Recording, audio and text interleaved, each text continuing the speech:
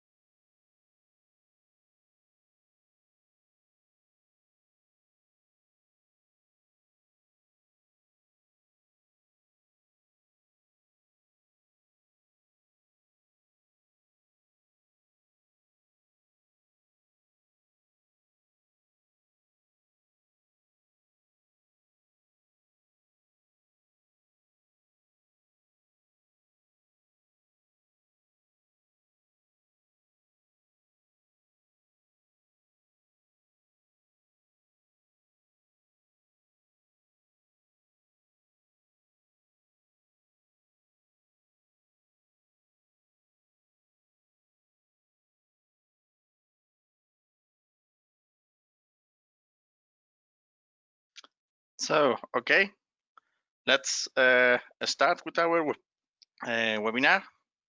As I said before, sorry. Thank you so much, everybody. It's a pleasure for us to have you here today in our second webinar about public warning systems. Thank you so much for joining us and sharing this time with us, in particular me, Pablo Gomez from Genesis, and with our two panelists, Michael Hallowes and Benoit Vivier. This afternoon, we will continue talking about public warning systems. In this case, today we will be talking in particular about the main points and strategies to successfully implementing this kind of systems. So, this is going to be the agenda for today's sessions. Okay, first, just a very few words about Genesis. I have to say this is not a commercial webinar. Our intention today is just to give the floor to our panelists, enjoy and take advantage of their experiences.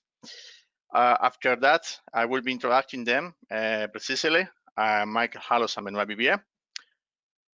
First presentation will be by Benoit from INA, strategies behind efficient use of public warning systems.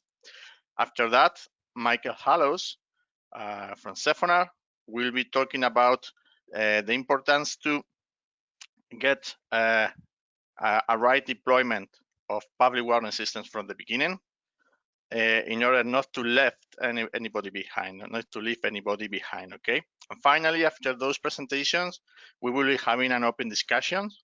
And of course, we will be very happy to answer any questions from the attendees. Okay, so let's start. First, just a very brief introduction of Genesis.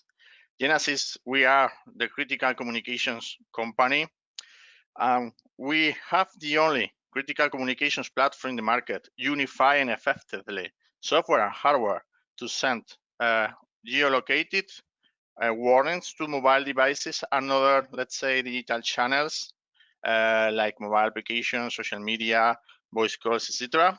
And also audible notification through outdoor speaker arrays, loudspeakers, acoustic devices with industry-leading vocal clarity and great area of coverage.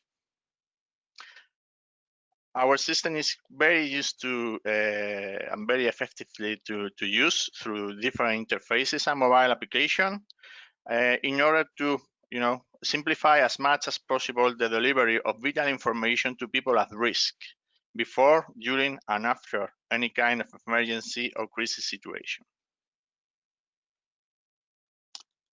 So let's go to introduce our panelists today. First, Michael Hallowes, Managing Director of Zephyrnar Advisory, a London-based consultancy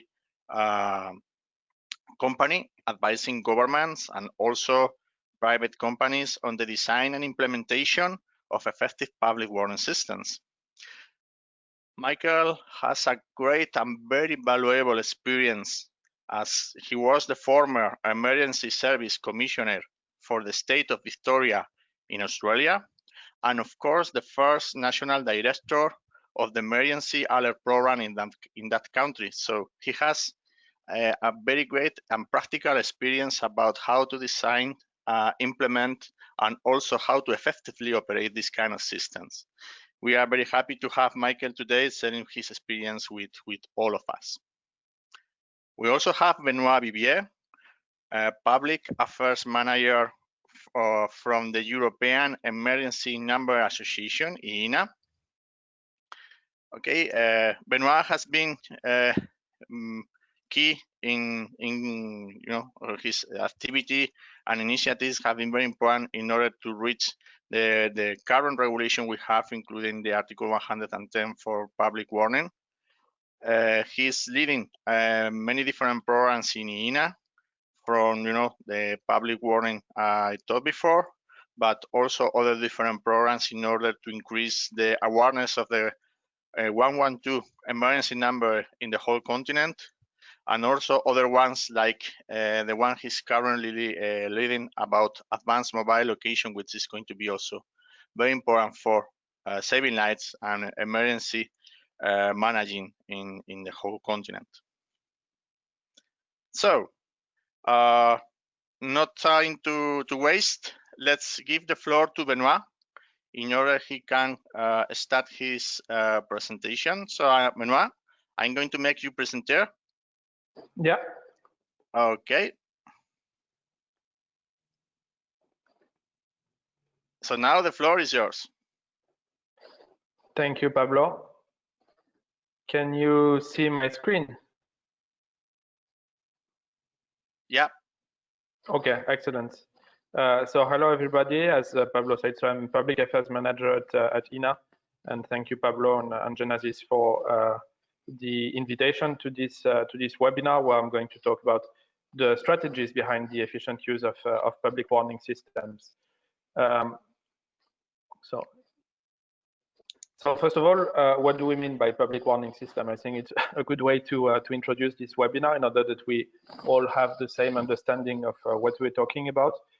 This is a definition from an internal document from the European Commission when they were worked around the legislation on public warning. So it was defined as a system that can alert as many people as possible within a given location about potential or concrete danger and provide them with advice and information on how to react. So if you read it, it's really the ways that we have to learn and to warn the people of an ongoing disaster or an upcoming threat. And when you think about it, actually, we've always had some kind of public warning systems. It's of course not as advanced as now, but for instance, we can see here on the picture that so these are some the Apaches, some Native Americans who used smoke signals to inform the rest of the group that something wrong was happening actually. And you see also that so this was many centuries before Christ, also in along the Great Wall of China, that those towers actually were used by the Western Zhou dynasty to inform that something was not happening well. So when something was happening at one place along the wall, because you know that the wall is quite big, so they would use like a smoke alert to let the next tower know that something else that something is happening, and then the tower would also switch on a fire to have some smoke, and so on and so on. So within only a few minutes or a few hours, the whole soldiers that were staying on the Great Wall of China were informed that something was happening somewhere around the wall. So that is to show you that like we've had public warning systems for a very, very long time, of course, using different technologies and the technologies that are available. And when you think about that, even some animals also have public warning systems. Maybe you know that, for instance, marmots, also called groundhog in the US, they tend to scream when they see that there's some danger around, for instance, a wolf or something like that. So they would scream so that the rest of the group would be aware of the danger. And so that is also a public warning system, and even some animals have this kind of warning system. So as we see with those other examples, public warning systems, they rely on very different technologies that we can use. Today in our societies, well, the smoke alert is not so much in use anymore.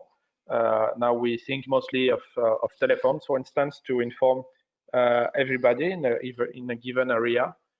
So there are different technologies that make it possible to warn people on the phone, and not going to go through all these technologies, but of course it's one of the most important channels to consider, because in today's society most of people are using their phones, so it's a very great way to alert everybody at a specific time and in a specific area. However, it's not the only technologies that is available, and it's not the only technology that we should consider, because as I said, it's one of the main technologies available, but it's not the only one, and people do not rely only on telephones.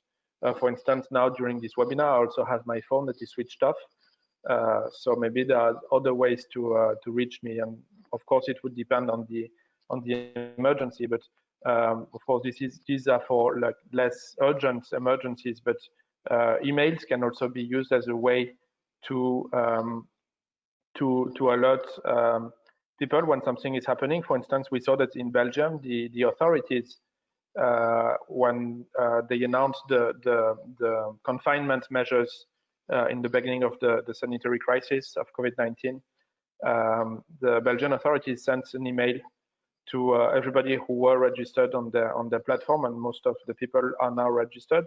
So they used this channel instead of phones, because they were thinking that sending them by phone, by like an SMS, for instance, it would get the people too panicked, while it was really not what they wanted to have with their communication. So that is why they preferred to send email and to use also other technologies so as not to get the people panicked. Of course, in I think all the European countries, we use also sirens to warn the people that something is happening. TVs and radio also of course used by most of the public authorities to communicate on any message. Of course, we're in 2020. A lot of people are using social media, so they should be used as well to reach to the people, and not only to reach to the people to tell them the information, but it's also a way to also find information on what is happening, because people tend to put now pictures, for instance, on social media. It's a way to counter or to fight, to try to fight at least disinformation, because that's now a major challenge that public authorities are facing, is that whenever there's a big disaster, a lot of false informations are propagating on social media. So it is crucial that public authorities are also there to check what is being said and to communicate really the official information. So it is also a channel of public warning that should really be considered by everybody. And then we can think of many other channels. So for instance, in the Netherlands, they are using ATMs to tell them when there's a missing children in the area. So they show the picture of the children and the number to contact if people know about it. Once again, this is not for very urgent emergencies, but when it's less time sensitive, you can also use this channel. And that's the same for variable message signs that are, well, on the highways, but also all around the streets in some public spaces and so on. So you can also use that to communicate on some information. In some European countries, these kind of signs were used also to promote the non-emergency number that was set up for people having symptoms of COVID-19.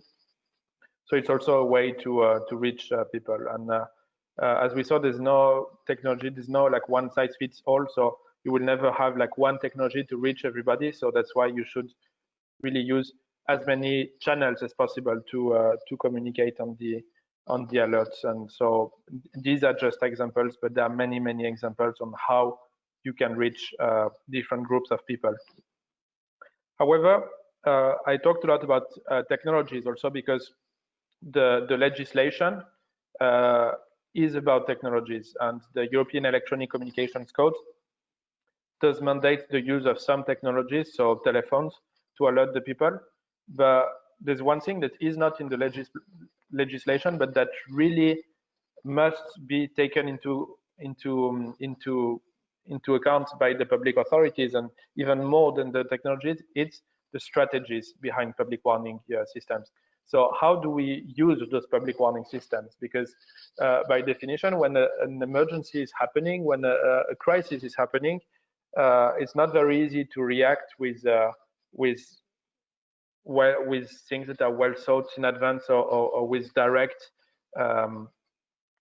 tasks and so on. So everything should be thought in advance, like who does what, when, with what message, etc. So for instance, a strategy should consist in defining in advance for different scenarios, like what message is sent with what content. And it's very important to think about the content, because public warning system is not about, it's actually not about the public authorities communicating, it's about public receiving information, and that information should be clear, should be easy to understand, and also authorities should consider what they really want from the people who will receive that. So it's also a way to, when the technology allows it, it's a way to send some safety instructions. For instance, like, you know, in case there's a risk for a tsunami, for instance, the authorities can give advice to the people on how they can be prepared for that. So the message should really be sent, should be prepared in advance, because when the emergency is happening, trust me, you won't have time to think about what message to share. So of course, it will need to be adapted depending on the situation, but really try to have in advance some message that is already planned for each possible scenario. Of course, how also, so which technology will be used to disseminate the alert. And as I said, the multi-channel approach is crucial. It's not even advice, it's crucial. You need to have these different channels to reach as many people as possible. When should the alert be sent? I mean, of course, it makes sense to say that the alert should be sent right after the emergency happens, but you need also to consider whether it's needed or not to send like a feedback alert afterwards, saying that the crisis is over or has been handled. Maybe it's not the case. Maybe it's better to wait a bit before sending the alert. So this also should be prepared in advance, because that might pave the way for like human mistakes or just confusion at the moment the crisis happens. Which zone should be alerted? So in case there's an emergency somewhere, should the alert be sent only to the place that is affected, or should it be sent around, or should it be sent even to the whole country? Should it be sent also across the border? Because sometimes some disaster happens next to a border, and the crisis might extend quickly to the other side of the border. So of course, it might be useful also to warn the public authorities in the other countries. So the where is also very important to think about and to define in the scenarios beforehand. And of course, also who should be responsible to send the alert. And there probably needs to be several degrees of responsibility. Because, for instance, we see that in some countries, like in Belgium, for instance, it's usually the mayors that are responsible to send the alerts, because sometimes the alert can be very local. So, like, you know, it can be like a small fire in one village, and of course, you will not send an alert to the whole country. And if only the central government is responsible to send the alert, then people in the federal government, they will maybe not really realize the urgency of the situation and of sending the alert. So that is why in Belgium, the mayors have the power to send the alert to the people in their city, but also some regional authorities have some powers. And for the very big emergencies, also the Ministry of the Interior can send some alerts. So things should be very defined in advance on who is responsible to send the alert and who has the competence to basically press the button. So those are the basics of the strategies, but of course there are many things to keep in mind when preparing this strategy. So it's very important to test the different channels and to test the public warning systems regularly. So this has a double objective. One is to make sure that the technology works, basically, and to make sure that at any moment it will work as much as we want it to work. And then the other importance of it is to get people used to the public warning systems. Because, for instance, if you have sirens and you never test it, people, when they first hear the sirens, maybe they will not take it seriously and they will not really know what to do. So if you really train the people and educate them on how it is to hear a siren and how they should react and so on, then you will have what you want from them when you send the real alert. This being said, there is a risk of too much testing. So the consequence of that is that when it's a drill, people may just assume it's a drill, while it's not. So if you do tests every week, the next time people hear a siren, they will just not pay attention to it because they will think, okay, it's a drill. So be careful. There's a risk also of too much testing. So everything should be also thought on, like to what extent the system should be tested. It's extremely important to have consistent messages. I said that different channels should be considered and should be used. It's also important to keep the message consistent across all these channels, because if you send different informations, then it will just lead to confusion, which results in inaction from the people. So very important to have these consistent messages.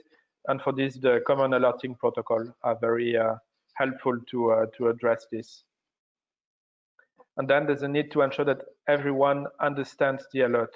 So what I mean here by understanding the alert is that not everybody speaks your language, basically. Some countries are bilingual. In some countries also there are some regions that have language minorities, and also at the national level, sometimes you might have a big community of people speaking another language. So it's very important to have that, to think also about the tourists who do not necessarily speak the language of your country. But also it's important to think about people with disabilities. It can be with mental disabilities, which makes it harder to understand the message. But also, for instance, if you use only the sirens, for instance, the deaf people cannot hear it. So, of course, when you use a public warning system, you want people to receive it. So you need to think about all those people having specific needs that need to be addressed in a public warning system. And also just avoid panicking people and think what you want to get from them. So if the alert is too strong, then the people will get really panicked, and you probably know that when people are in a situation of shock, they don't know how to act rationally, I could say. So in that case, you will maybe not want to get, you will not get from the people what you want them to do. So this is important to think about it. And I gave you the Belgian example that during when they announced the measures to stay at home during the COVID crisis, they didn't want to send a big alert because they thought that it would get people panicked, and they really wanted to avoid that. And you could really see that with the whole communication that they did. I don't think like I'm not in the position, or I think it's too early to say whether like this was a good or a bad thing, but at least the strategy was consistent, and it was very well thought of, like what they really needed from the people. So that's a good example of planning things in advance and really thinking about the person who will receive the alert and of how he or she will receive the alert. So that's it for, let's say, the broad strategy that needs to be kept in mind. And of course, there's a lot of things to take into account. So that's really a serious work to do.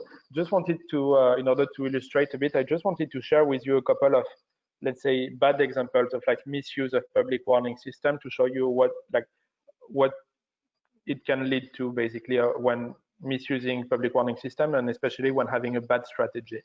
So the first one, actually, it's a very striking example, though not very known. It's actually a very old example. I told you about the Western Zhou dynasty in China. So that were many centuries before Christ. They were established in that region of China that you can see on this map.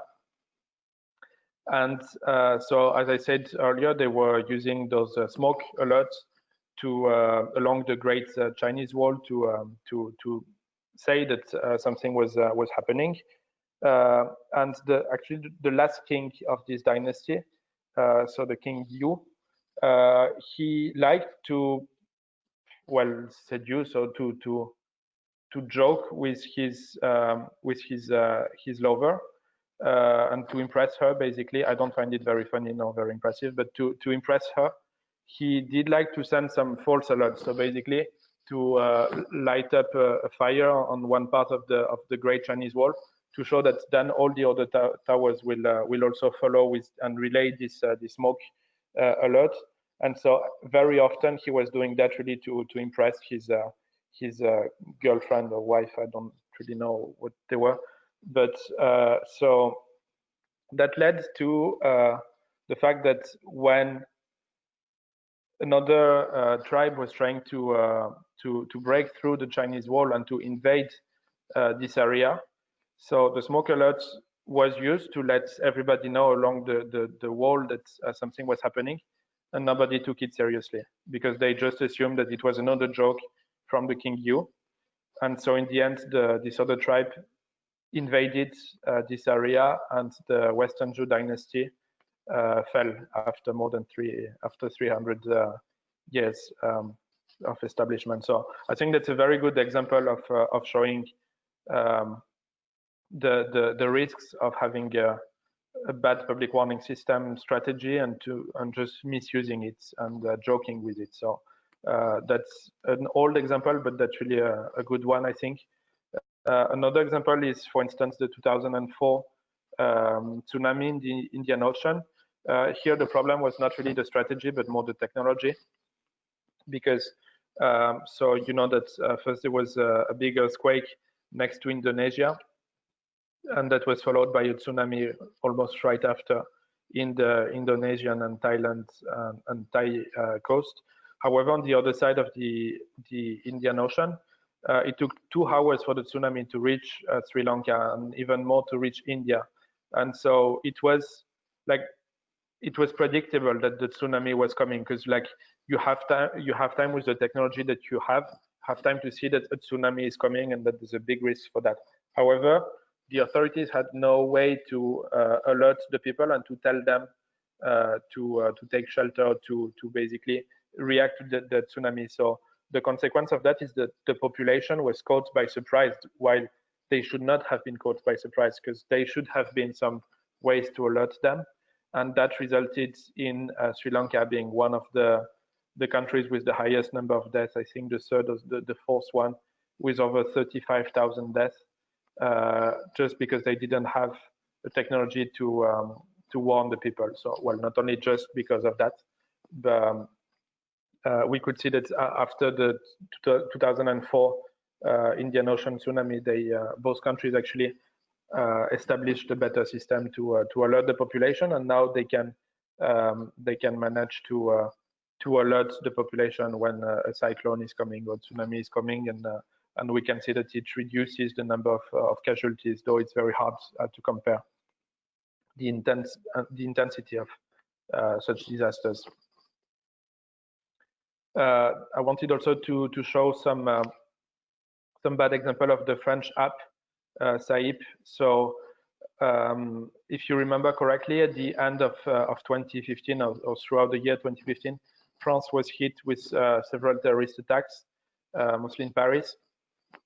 And there were big concerns coming because in June 2016, France would host the football European Championships, which is one of the biggest, the major sports events here in Europe.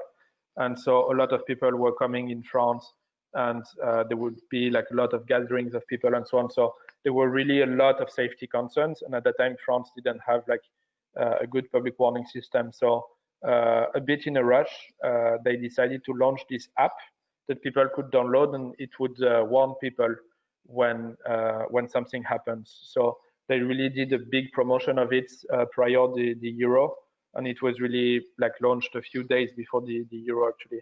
However, the problem is that it was not fully operational yet actually, because it was launched way too quickly. And the consequence of that is that on the 14th of July 2016, so a few weeks after the launch of this app, which was end of May, I think, the city of Nice was hit with a terrorist attack. You probably remember it. It happened at something like 10:30 p.m., something like that. And this app was actually not saying anything, or no alert was sent until 1:30 in the night, or even 1:50, as we can see here in this tweet. This is somebody who just says that he received the alert at 1:50. So way after the attack had ended. And so it was very bad publicity for the app. And basically what had happened, apparently, is that there was no, the host server of this app was down, and there was no redundancy that was planned. So there was no backup server that was planned. And so that is why no alert was sent on time, while people who downloaded this app expected from the authorities to be warned at the right time when something was happening. And then in the months after, you actually also had a few cases of false alerts. So for instance, there was an attack in Paris that was announced by mistake. Nothing was happening. Also something quite similar in, I think, in Rouen, or also next to Nice in Grasse, when there was a shooting in a public school, and the app directly announced that it's a terrorist attack, etc. While it was indeed a shooting, but it was not a terrorist attack. So all of this, so there were like in a few months' time, there was several bugs and several false alerts that were sent.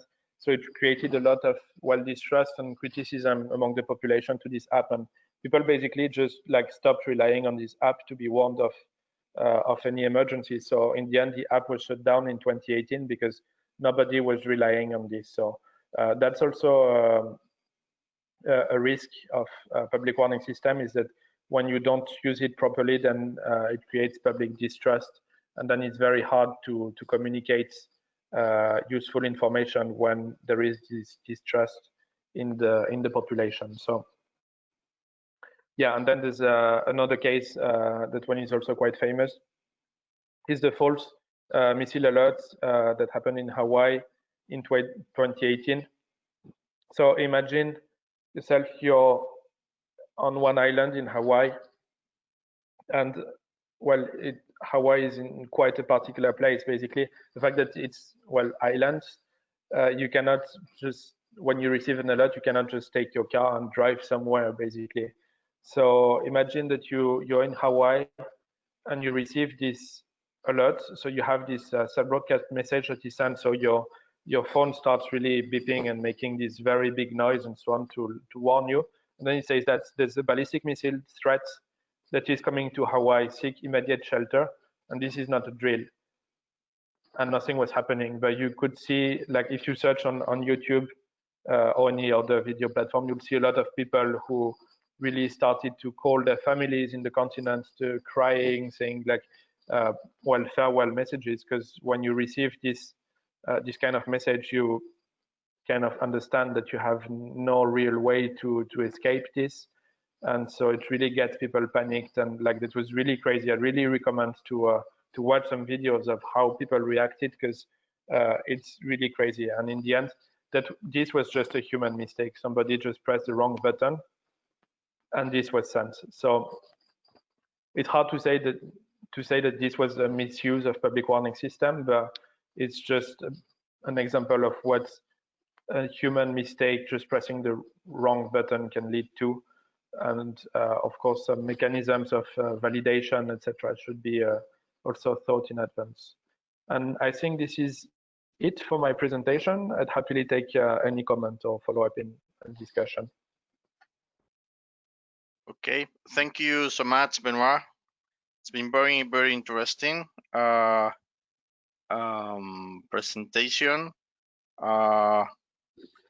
Very interesting. You know, all the lessons even learned from very ancient times, and of course for recent events is very important. Just to be sure that the people is getting involved by the messages, the people are believing that those messages are involving them, the risk is affecting them in order to get their attention. Also, many other interesting points. For instance, the last one we talked about the human mistake. Mm-hmm. This is one of the reasons it's so important to have clever design in the interfaces in order to make things easier to people under stress, to have the right controls before sending the alert, and make easier and efficient, the activation of those emergency warnings. So, thank you so much. Now, let's go with Michael. Michael, I'm going to make you presenter. Here you are. So now the floor is yours. Well, thank you, Pablo. That's very good of you. Good afternoon, everyone. Pablo, just confirm with me everyone can see my screen now and you can hear me? Absolutely. Yeah, I can hear you perfectly and your screen is here, so all yours. Excellent. Well, my thanks, Pablo, and to Genesis for the opportunity to contribute to today's webinar. Thank you as well to Benoit for his excellent briefing. I've known Benoit for many years, and Benoit, you're a great friend to the international community that's been dealing with public warning systems. Now, I'm going to take 30 minutes of your time to explain a successful approach to implementation of an effective public warning system to help you with getting it right first time, so we leave no one behind in a crisis.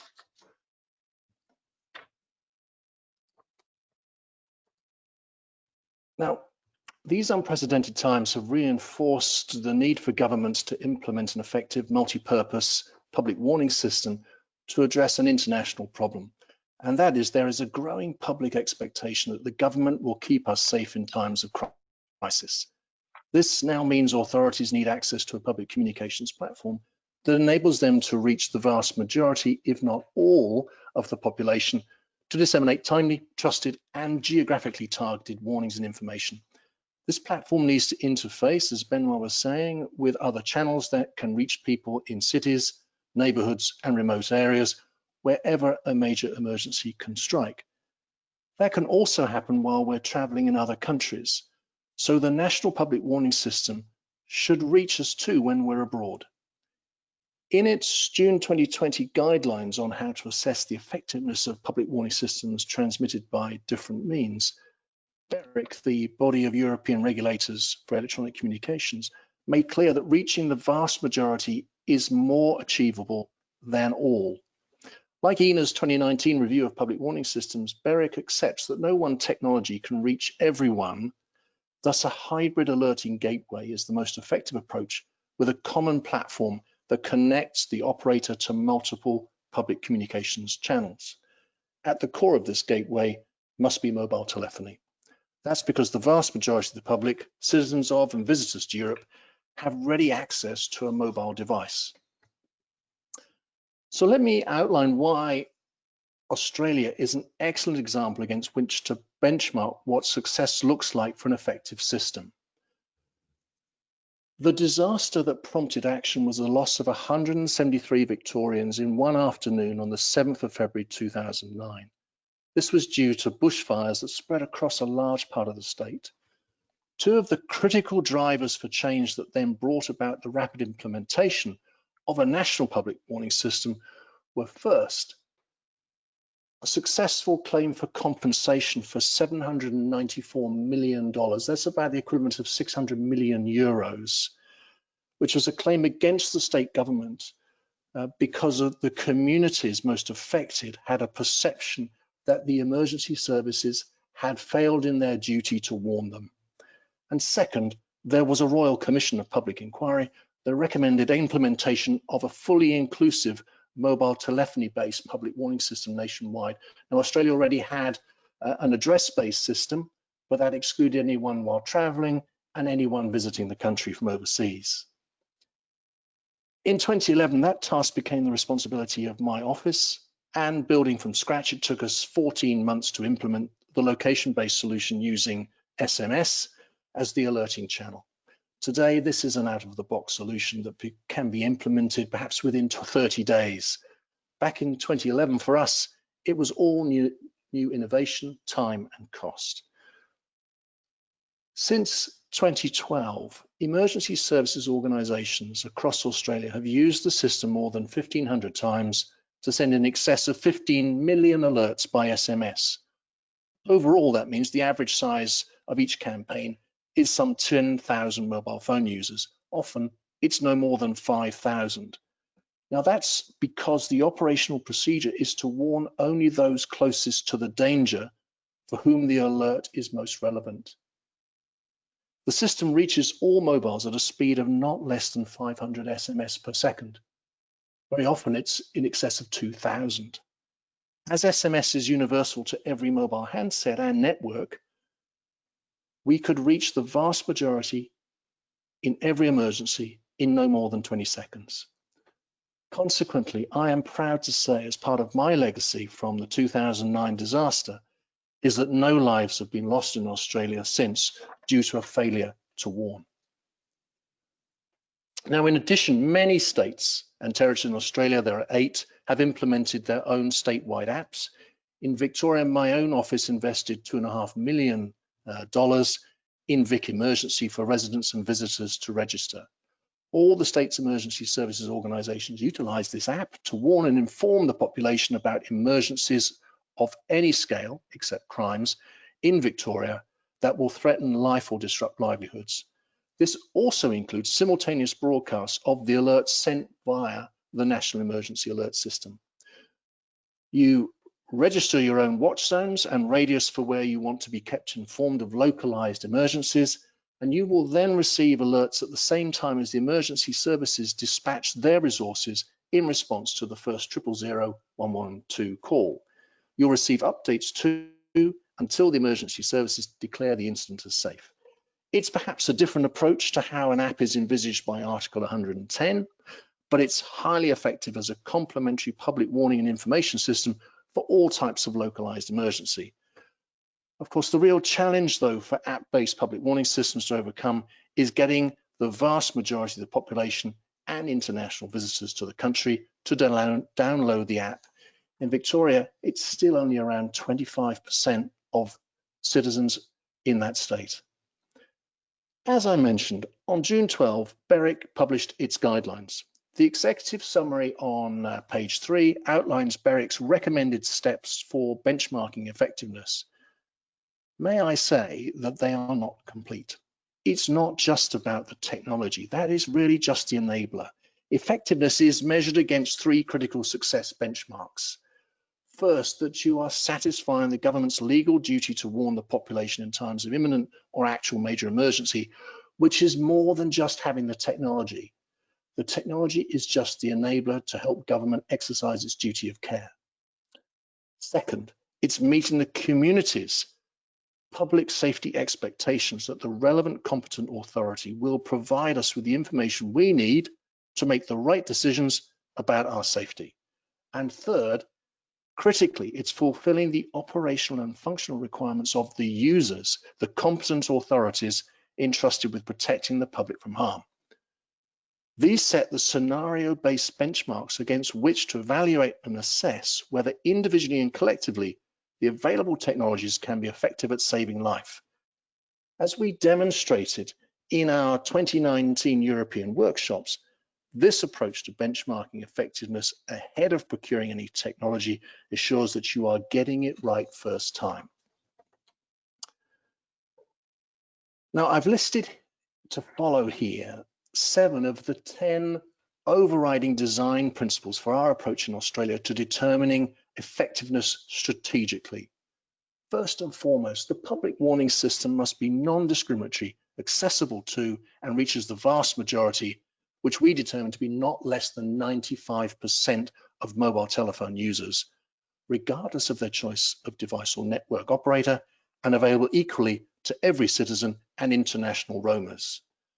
Second, to maximize the return on our investment, it had to be multi-purpose, what we call all hazards, all agencies.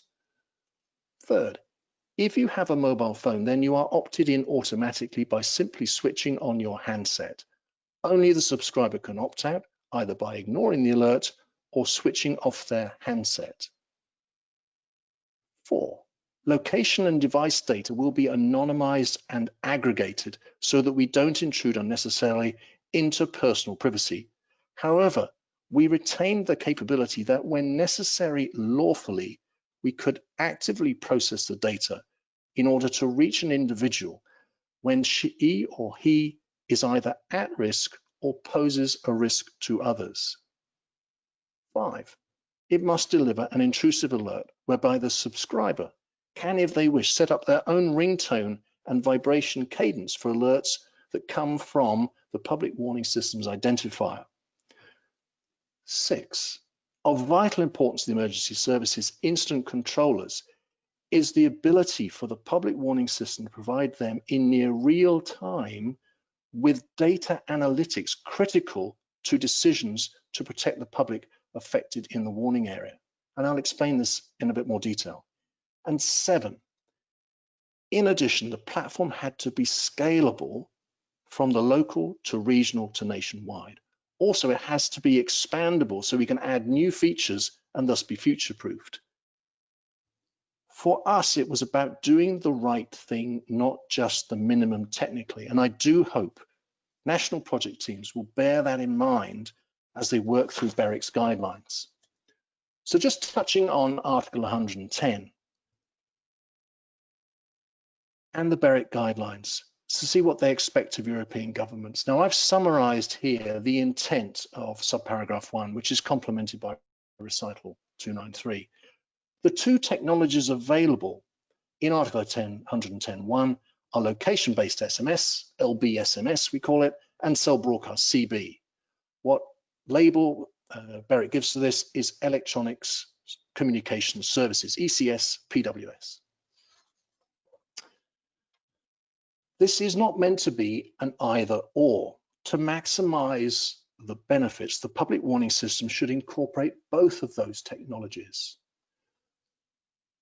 Now, as the BEREC guidelines point out in section 4.2.1, the majority of emergencies for which authorities will use the system, between 50 and 90% of emergencies, will be localized, affecting up to 10,000 people, as evidenced by Australia. For these, authorities will need a near real-time automated access to the data critical to their decision-making about the human impacts from the incident ground. For example, how many people are within the area? What nationalities in case the message needs translating? How many receive the alert? How are they reacting? How do I keep in touch with them once they evacuate? How many cannot escape and need rescuing? What resources do I need to effect the rescue, and where do I send them? All of this and more is available to incident commanders through LBSMS. Now, cell broadcast is the clear winner in terms of speed of delivery for mass population alerting for those 1 to 10% of emergencies that can affect 500,000 or more people. In these circumstances, speed is of greater utility than data. Nevertheless, authorities can use CB for the initial wide area alert and then LBSMS for localized incident management. Now, of course, there are two components to Article 110, and subparagraph 2, recital 294, allows governments to implement alternative technologies. Now, BEREC refers to one of these as Internet Access Service technologies that include smartphone apps. In addition, governments can complement their system with other channels of communication to include sirens and loudspeakers, especially where the landscape prevents building a mobile telephony infrastructure or there's no coverage from Wi-Fi.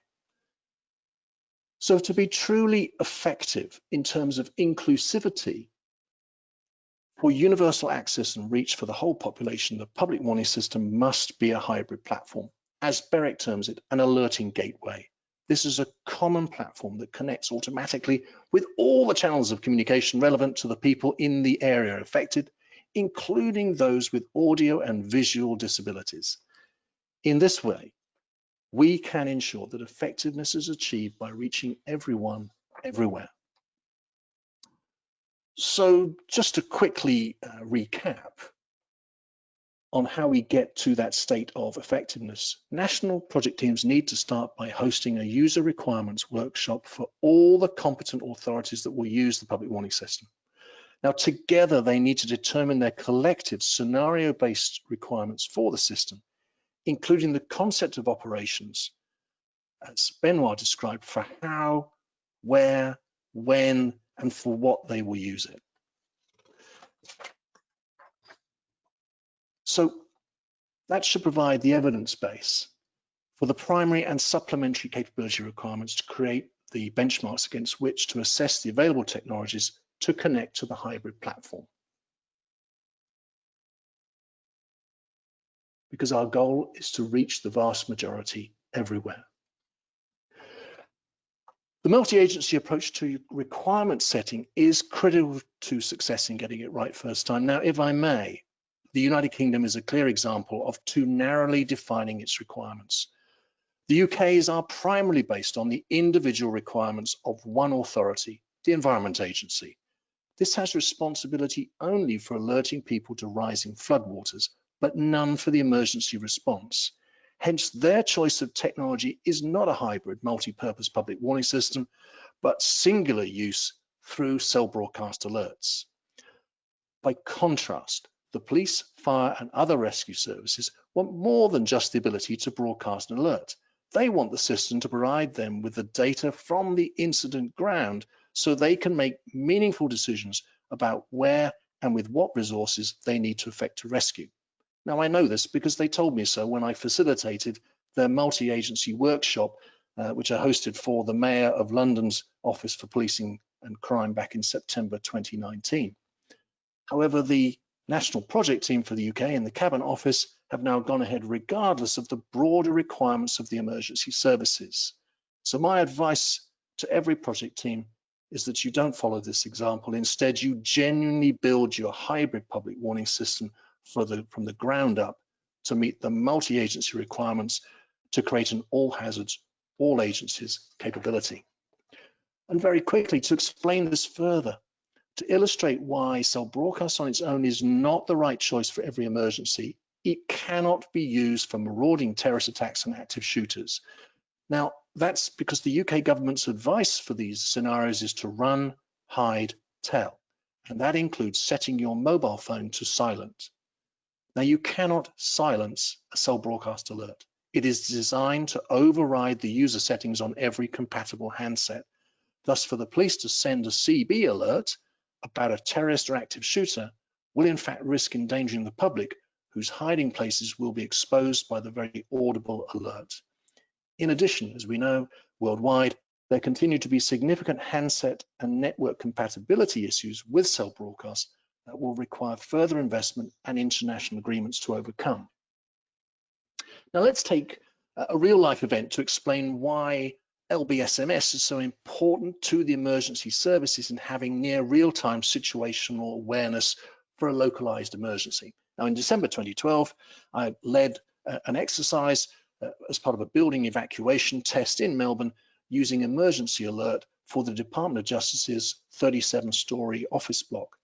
Now the system located all 5,736 devices connected to the mobile networks and successfully delivered the SMS alert to 5,107. Now the others were all the non-mobile telephone handsets that register on the networks but are unable to receive SMS. In less than 10 seconds, we had reached 97% of the people in the building via their mobile phone.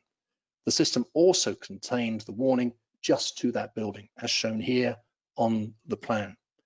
The incident controller could see in near real time on her screen how many people she needed to account for in any rescue effort.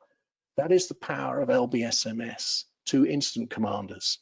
In addition, the SIM card country codes also identify automatically how many international roamers are within the warning area, and therefore the potential languages for translating the alert. And Pablo, I'm grateful to Genesis for the use of your screenshot from your system news. Our pleasure, Michael. Well, thank you, Pablo. It helps to bring some color to the slide. So let's look at some scenarios for which emergency services will be more effective at operationally controlling major incidents. Now, this is just a selection of experiences from around the world. Floods, wide area alerts, phased evacuation, warning the people closest to the danger first. Similarly with wildfires, phased evacuation, closest to danger first. Terrorism, the run, hide, tell message, but beware of what I said about cell broadcast warnings. Active shooters, alerts to approaching danger. This scenario was a shooter who crossed 3 counties, shot 23 people over a period of 2 hours, who could have been interdicted, and the people could have been warned of his oncoming approach had there been a system in place. High-speed police pursuits, alerting motorists to the approaching danger. Suspect vehicles, improvised explosive devices. This is a really safe, fast, automated way of door knocking, so you are not putting police officers and emergency service people in the line of fire. Similarly, for gas leaks and the release of toxins, keeping people away through automated, fast and safe door knocking via mobile phone alert. But here's one to contemplate. June 2017, the Grenfell Tower fire in London. The ability to send messages to everyone in that building, as we did, the 37-story building in Victoria, Australia, could be done the same with 24-story building at Grenfell Tower. Is it stay put? Is it fire survival guidance? Or is it phased evacuation? And it's worth bearing in mind the comment here from Michael Dowden, the watch manager, who said, for me to facilitate and change a stay put policy to a full evacuation was impossible. I didn't have the resources at the time. We're looking at 20 floors above the fire floor with just 6 fire engines in attendance, 1 central staircase. I just don't know how that could be done with the resources we had in attendance at that moment in time. Had UK authorities learned from Australia and implemented an effective public warning system in time, then the June 27 Grenfell Tower fire may have had a very different outcome for the 72 lives lost. And for those who are interested, I have produced a white paper which is in the blog page on my website, which also explains the utility of the public warning system in COVID-19 and our return from normality. Now, an important point to make is that the public warning system is actually an enabler for all 5 stages of the emergency life cycle, from plan to lessons learned. It's not just for the alert phase. It has utility in every phase. Now, as an enabler, it deals with plan. It helps with the planning and preparation for all scenarios, choosing the right channels to alert the public, providing the data critical to both an effective response and recovery, and then the evidence base that we need from the campaign data to inform the lessons learned for continuous improvement, and that is both technically and operationally. I'm just going to go through these 5 stages to illustrate this. So in stage 1, planning for each scenario, the relevant authority can pre-draw the warning area polygons for all locations that will likely face some form of known major emergency, such as a high risk of flooding and or wildfire, or it could be an iconic site for a terrorist attack. From that, predetermine the warning messages to match whatever is the local contingency plan for each emergency at those locations. Choose and connect the most appropriate warning channels. Train the operators to build their confidence in using the system. Streamline the authorization process to remove all unnecessary levels of bureaucracy, and prepare the community in advance through multimedia messaging, and of course to test and exercise the plans, evaluate their success, and implement any improvements. 3 elements are critical to the actual alert phase in stage 2. These are geographically defining the area most at risk first, and only expand the warning area once those most effective have had the chance to react. Now, for example, we learned this in Australia, that incrementally expanding the warning area prevented those furthest away from congesting the escape routes for those closest to danger. And simple, brief messages using a structure that's based on the common alerting protocol. And third, 2-way communication. Now, for example, requesting recipients to reply to the SMS with a simple number code such as 1, receive the alert and I'm safe, or 2, the alert's received but I need help. 2-way communication in direct response to the alert is only possible with SMS or with an app. It's not cell broadcast. Now in Australia, when there is time to prepare before the impact of a major emergency such as floods, then authorities use a 4-phase approach to building public awareness of the threat. Notification, advice, watch and act, emergency warning. Of course, for fast-moving emergencies, authorities can go straight to number 4. Now for stage 3, the respond phase, incident commanders have learned to utilize the system's inbuilt capability to provide near real-time analytics about what's happening on the ground to give them what we call situational authority. To do this, the platform passively and lawfully processes metadata from the mobile network operators that it displays on screen as anonymized aggregated totals.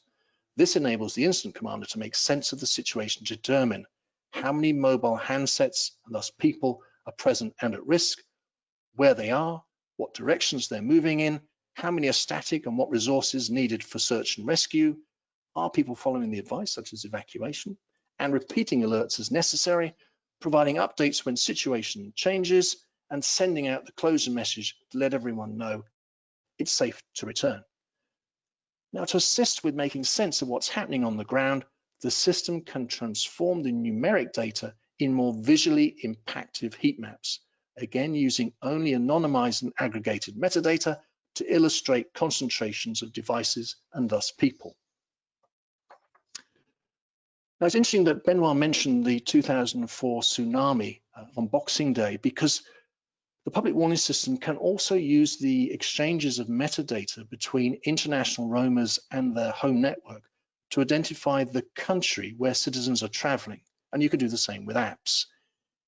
In the UK, we use what are called travel alerts to communicate by SMS with every UK citizen roaming with their UK registered phone in each country affected afterwards by that Boxing Day tsunami.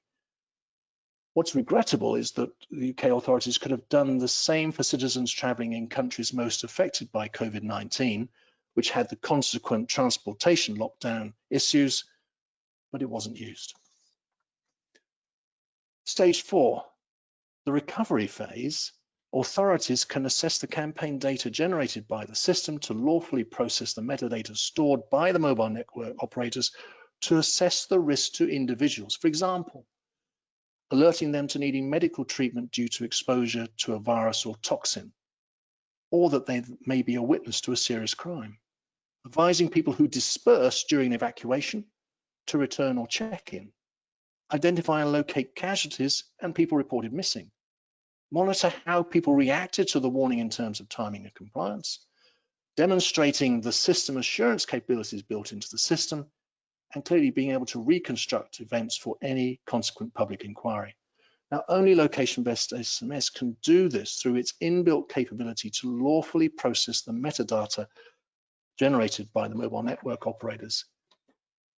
And a quick example of the benefits of active data processing is illustrated here. Now, it wasn't done in California, but during the wildfires of November, December 2018, it took their authorities 2 weeks using notice boards and valuable resources to try and identify and locate over 1,000 people reported as missing. The sad and final tally was an actual 85 lives lost. But with lawful data processing using the public warning system, authorities can transform that search and rescue effort to use the data collected by the mobile network operators to locate and contact those who were dispersed in evacuation. The final stage of the emergency life cycle is learning and implementing the lessons identified from each emergency. That should be alongside your own and other countries' use of such systems. This collective knowledge sharing is vital to continuous improvement. In this globally connected world, the public want to see governments and their competent authorities learning from each other. We have seen this in particular in the development of the contact tracing apps. Hence, it is essential that authorities utilize the metadata lawfully processed from each public warning campaign to regularly review and evaluate the platform at home and around the world, identify and share best practice, and implement the changes so as to be better prepared for the next crisis. For example, it is evident from those countries that had an effective public warning system platform in place beforehand that they have been far better prepared for population messaging and much faster at getting control of COVID-19 than those without. Now, this slide just summarizes what we've learned from our European workshops about the types of capabilities and competent authorities require from the hybrid public warning system platform to give them decision superiority.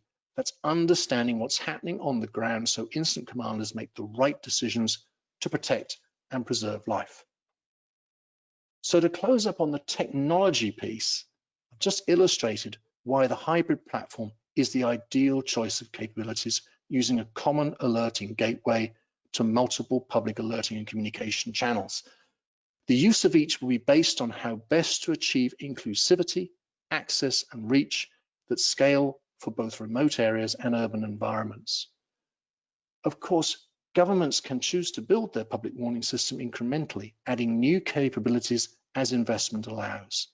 The critical component, though, from day one is having the right platform upon which to expand the alerting gateway. You have to think strategically about where you want to be.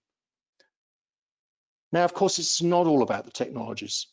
So in these next couple of minutes, I'm going to just give a quick reminder, as we demonstrated in our 2019 workshops, that there are two more critical success factors essential to the effective launch of the public warning system.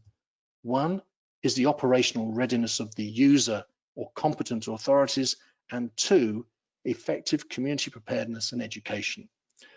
Now, the first involves translating the concept of operations developed during the user requirements workshop into the standard operating procedures from which to train the users and authorizing officers.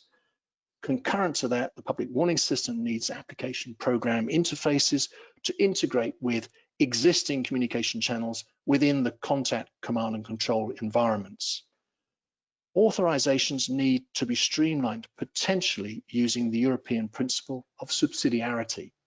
And training and exercise should rapidly reduce the end-to-end activation process to match closely what Australia has achieved. Now, on average, this is 8 minutes from first recognition of an escalating major emergency to sending the first alert. Now, users need to be familiar and confident with how to operate the system to provide the public with timely, targeted, and relevant information so they communicate what they need the public to know and do now. And that feeds into the second critical success factor, community preparedness and education. In Australia, a significant proportion of our implementation budget went into this. It included development of the public website. Now, this includes frequently asked questions with explanatory illustrations. Every page is translated into 30 languages. There are videos there for both schools, education programs, and television. There's an example message so people know what to expect that tells them what the authentication number is, which is +61 444 444 444. For those who want to know more, there's the latest research documents. And finally, the contact in each state and territory for more information, because we actually encourage the public to contact their state authority to ask questions about system assurance as to why they did or did not get a warning. Getting this right is an essential ongoing investment. Similarly, the production and distribution to every household and school child of an explanatory leaflet detailing in particular their responsibilities in the event of receiving an alert. So that's a quick explanation of how to approach implementation of an effective public warning system, both technically and operationally. It's certainly how I achieved success with my team in Australia. I'm very happy to share my leadership experiences to help you achieve similar success. To that end, we have an implementation support program of 3 workshops that take you through a structure that will help you with getting it right first time. We also do a post-implementation evaluation. One of our objectives is to bring together national project teams to work collaboratively for success. We all have a common purpose.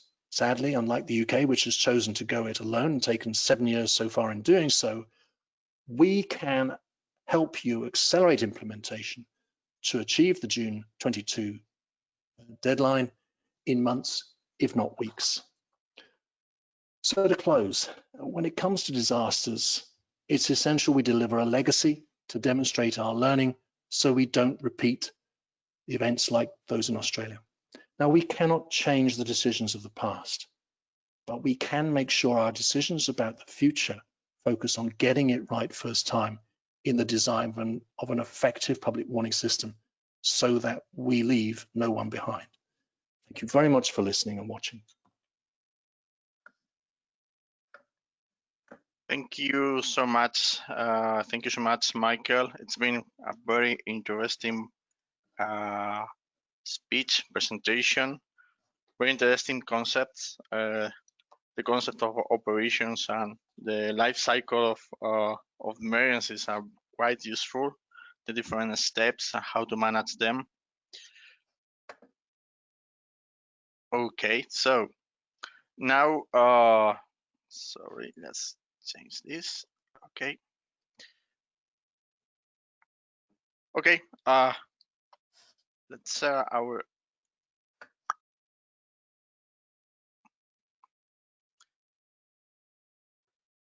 now, after, as I said before in the agenda, after your presentations, yes, we would like to have a time for discussion. We are also getting some questions from the audience. So first of all, I would like to just ask you a very quick question, regarding coronavirus, which is absolutely been the most disruptive and important crisis in the last years, of course. Are public warning systems be useful to help to manage that pandemic in the cases in the countries they already have a current system? And can we really consider those countries with current public warning systems in production are already prepared? What's your opinion? Maybe we can start with Benoit.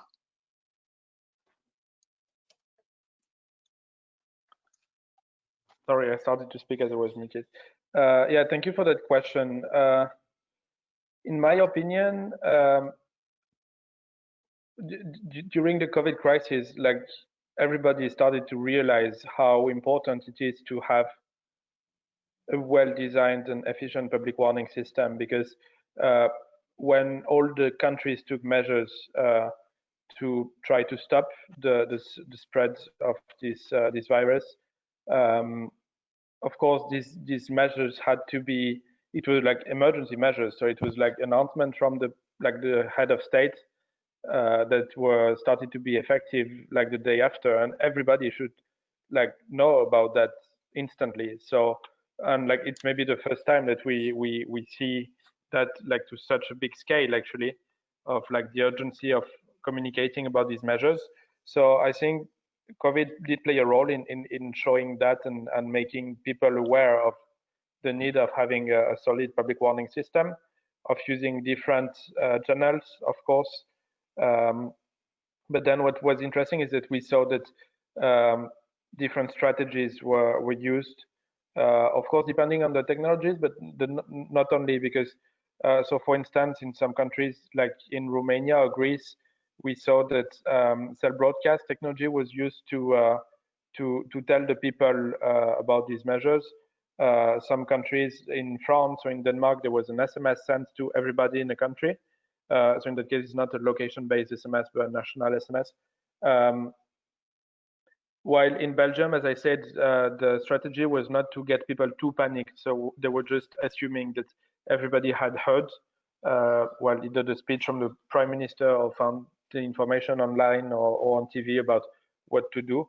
And so they preferred to send emails to registered people instead of cell broadcast or SMS. But that was like a assumed decision, if I may say. Okay, thank you, Benoit. I know, Michael, if you would like to add something. Well, yes, certainly. It was back in April that the European Commission recommended that member states develop a collaborative exit strategy from COVID-19 that utilized both mobile data and apps. And on the mobile data, which was the second priority, the Commission recommended that states take full advantage of anonymized and aggregated location data from the population's use of mobile cell phones. And that was to model and predict the evolution of the disease. They also talked about monitoring the effectiveness of government decision-making and to inform a coordinated strategy on how collectively we could come out of this. And critical to success, they talked about the data processing, compatibility, and interstate interoperability. So the European Commission could see that, and member states have embraced it. And we've seen the some work that's been either successful or less so on the contact tracing apps, but there's wide recognition that if you can access the right data that is relevant about the human impacts on the ground and make sense of it quickly, you can then inform your decision making and your messaging on the local, regional, and national scale. One thing I would say, though, is that the learning that's come out of this, certainly if I look at Australia, they've chosen not to use the emergency alert, unlike New Zealand. They've chosen to use a separate channel, but utilizes the same data, so as not to confuse the population when they receive an alert that it's one of these emergency alerts. Instead, they've made it very clear that we're preserving emergency alerts as the national system for life-threatening emergencies, and we're using the same approach, SMS, to send community information, but it's not an emergency alert. Interesting. Thank you. Thank you so much, Michael, Benoit. And other questions about maybe in this case the European regulation, the Article 110 of the European Electronic Communications Code. Okay, it defines a deadline, let's say a date, in order to have the systems in production is June 2022. I have some questions, and I'm also receiving other questions from the attendees.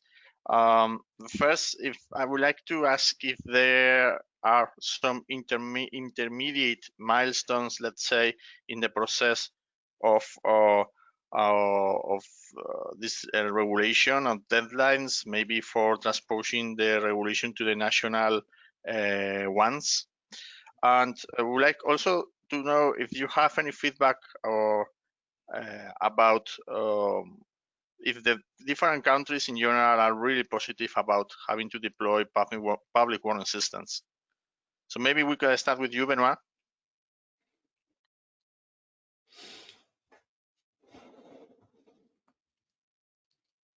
Hello, Benoit. Sorry, we cannot hear you. Sorry, I forgot again to unmute myself. So I would say that regarding the milestones, there was one milestone that was really set up, written in the legislation, which was in June 2020. So it's at the moment, which is BEREC. That's is not exactly accurate, but let's call that the EU Telecoms Agency.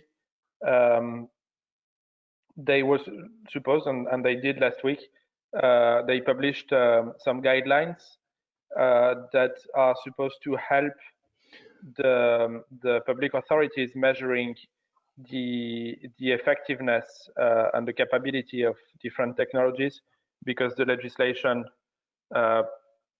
basically opens the possibility to implement an alternative to cell broadcast or location-based SMS, which is based on apps, if these apps are as efficient and have the same capacity to reach the end users as cell broadcast or location-based SMS can do. So the guidelines were published last week.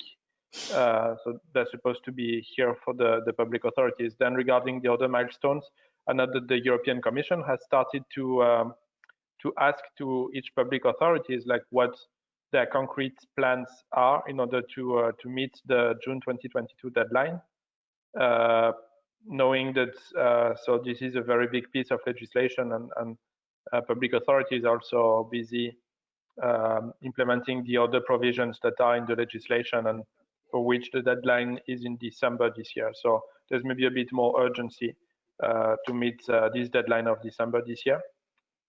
And then regarding your second question about whether whether the countries are positive or not, it of course depends who you ask in the countries, because the emergency services are waiting for it and the population is waiting for it.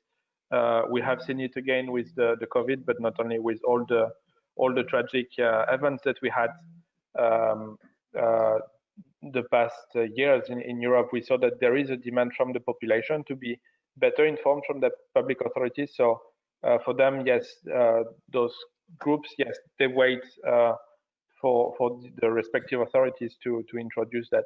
However, if you ask to some specific ministries or some mobile network operators in some countries, then there is a will to wait as much as possible, unfortunately, and I can only regret that.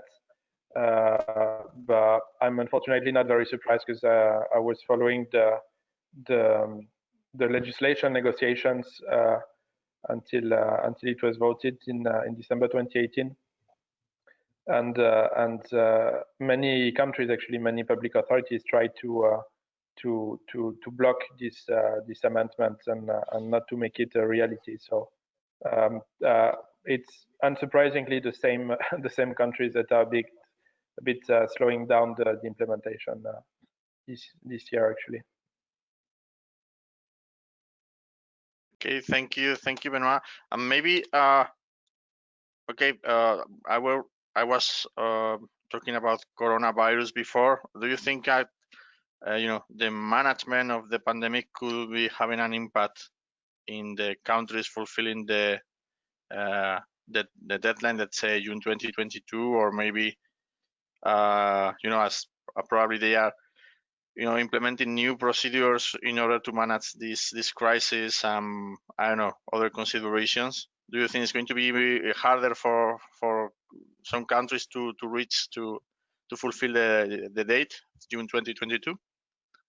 I don't know, actually, and that's a good question, because on the one hand, we could say that what happened with the sanitary crisis let's say, open an opportunity to really have a modern public warning system, and not in 2 years, but now. So really, there's now the possibility, and everybody can really understand the need for such technologies. However, on the other hand, let's say on a more practical basis, all the administrations, national administrations, were a bit themselves slowed down in their work because of all the measures that happened.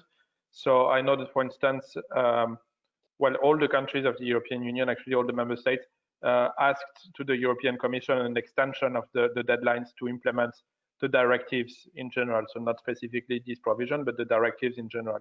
So there has not been any follow-up to this demand, but I know that some countries are struggling a bit to get things going again and meet all the deadlines that they have to comply with. Okay, thank you. Michael, we know that you have performed some workshops during the last months, especially last year, with public authorities and first responders. What is the feedback you got for those questions? Let's say, as Benoit said before, emergency services are positive on public warning systems. Which feedback do you have? And also, Benoit was introducing the guidelines from BEREC, the body of European regulations for electronic communications. The guidelines were, as Benoit said before, recently published. What are your impressions and about the main conclusions and recommendations? If I may take that in reverse, as far as BEREC is concerned in its guidelines, an unenviable task. They've gone about it very well. The document that's produced is far better than the earlier draft in January, but their approach is non-operational. And they make it very clear that it is based upon their view as a body of national regulators. They also make a very clear point, which is that in actually determining the scenario-based approach to operationalizing the public warning system, you actually shouldn't use the national regulatory authority. Your requirements must be led by the emergency services, the competent authorities who are going to be the operators of the system and accountable for its use. This whole business of COVID-19 and the impact that's having on the availability, one, of resources, but as we come out of this, where's the money coming from for a whole range of priorities? And I'm not sure where this public warning system will be in that list of priorities. Those countries who have got hard evidence of the benefits of an effective public warning system throughout their management of COVID-19, I hope will help champion why a public warning system should not drop off the transformation agenda of what should be done. And your very kind point at the beginning to raise the issue of the workshops that I ran and you very kindly sponsored with many others. They're clearly, as you saw it, an appetite. What we did was set up a structure for the program that demystified and helped people understand the importance of getting it right first time. I was intrigued by Benoit's comments about how the Chinese king got it wrong, how the guy in Hawaii got it wrong. We've seen that, though, in the actual implementation of technologies that haven't quite taken into account the public reaction. And the inclusivity is really important. So walking through the project team people, a structure of how to get their project up and running and base it entirely upon those three principles of what does the public expect from this system is the first one. Secondly, what is it that the operational users need it to do? Because they're the men and women on the front line doing the hardest job. They have to be convinced that this will work. And the third is that for those governments that have a duty of care in law to protect and inform and warn the community, will this do that job? Now, if you look at what happened to us in Australia when I was there, 3 communities successfully took a claim against the government for a perceived failure to warn because they felt left out. And therefore, your choice of technologies has to take into account, you've got to include as many as you can. And for us in Australia, when we talked about the vast majority, because we realized we may not reach everyone, then 95% was the level at which we drew the line of acceptable to reach everyone.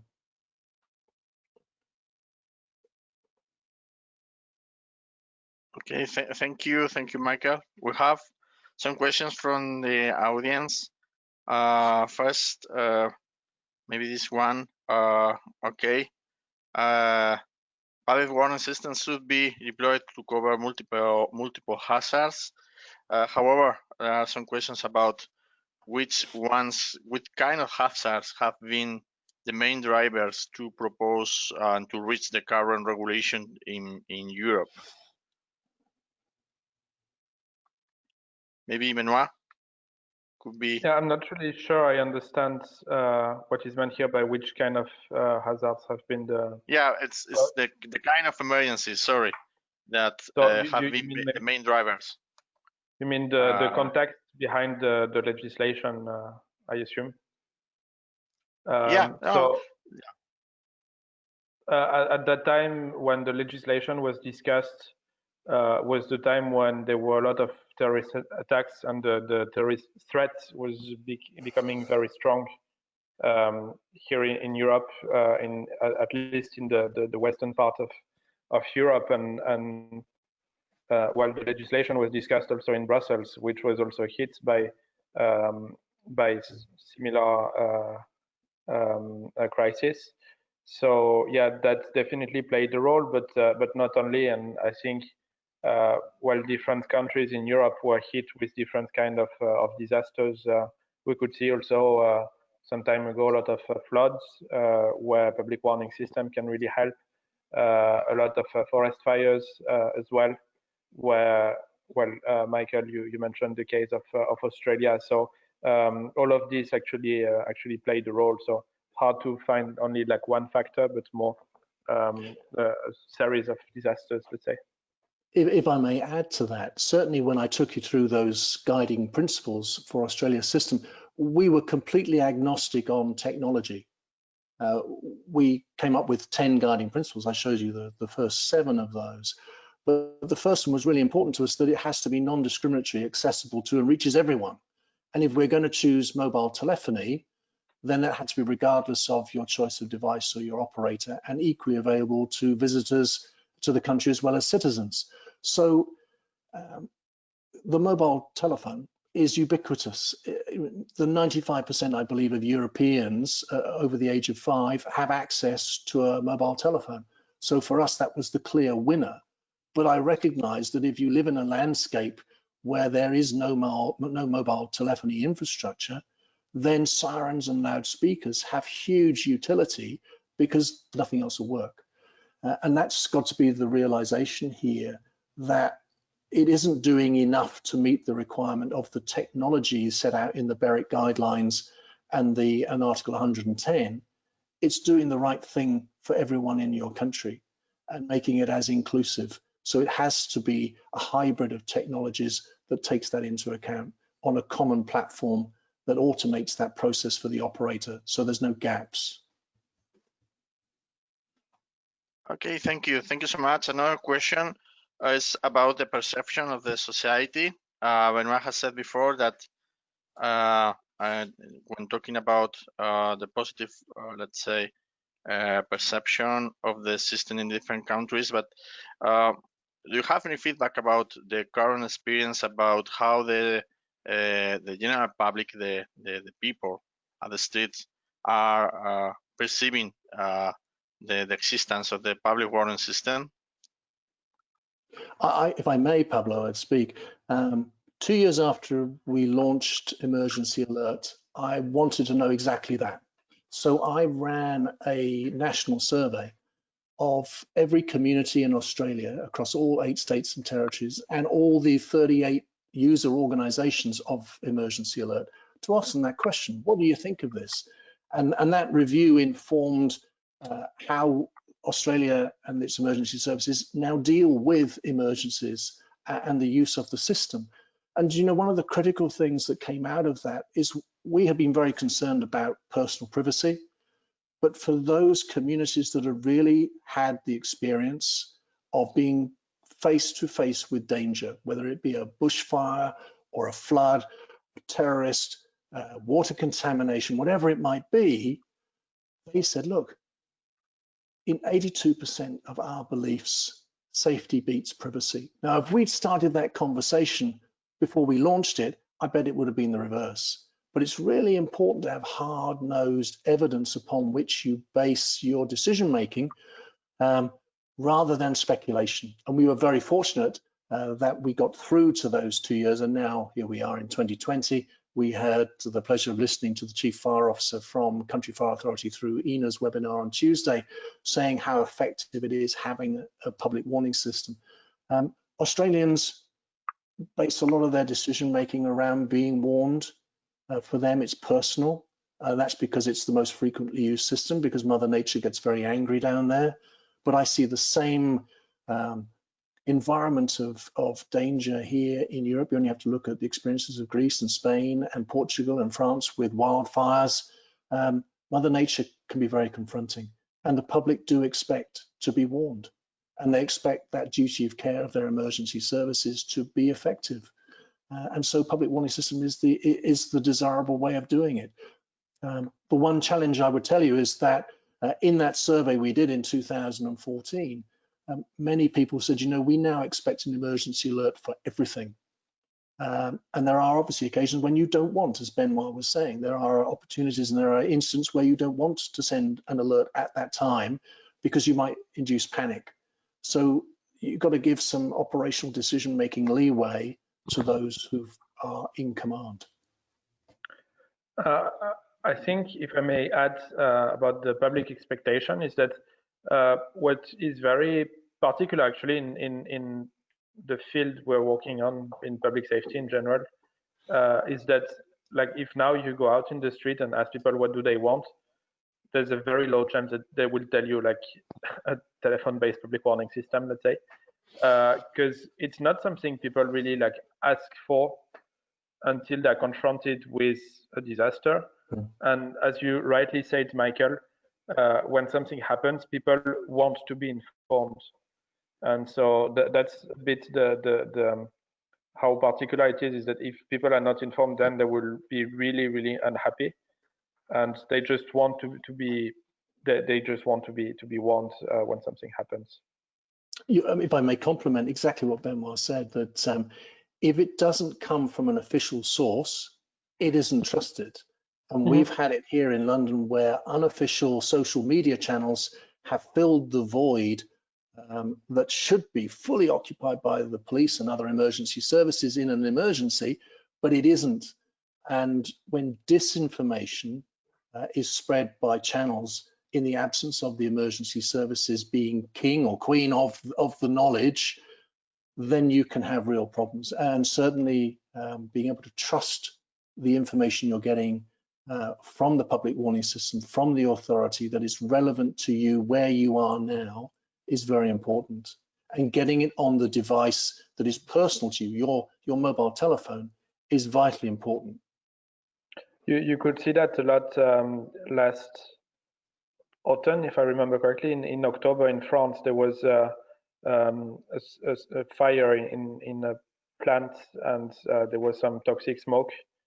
And the local authorities, let's say, failed to alert on time or to send enough information on time, because so the fire started at like 2 a.m. and like the authorities preferred to wait until like 7, I think, to activate the sirens. That's okay. We can discuss the strategy behind that, but that's maybe not a bad idea.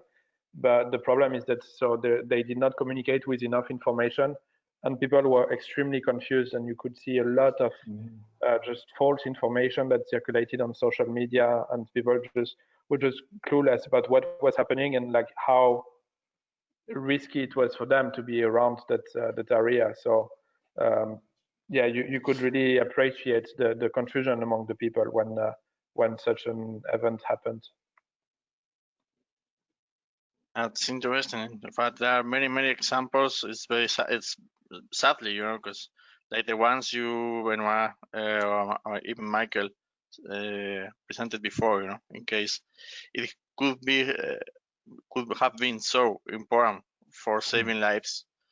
It's good to know that people is also understanding that and appreciating the availability of these kind of systems, like something positive that can be helpful. So, as we are running out of time, just the final questions. I really think that we are very lucky with new regulation in Europe. But yes, I would like to ask you about the status outside the European Union. Let's say, is there a tendency of also considering positively the deployment of public warning systems in the countries from outside Europe? Are there any good examples, some countries studying or actively looking for or studying how to deploy assistance? Maybe can we start with Michael in this occasion?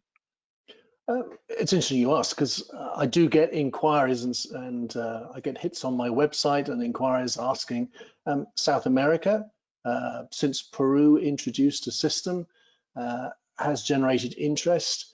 The threat profile for most countries involves some form of anticipated natural disaster.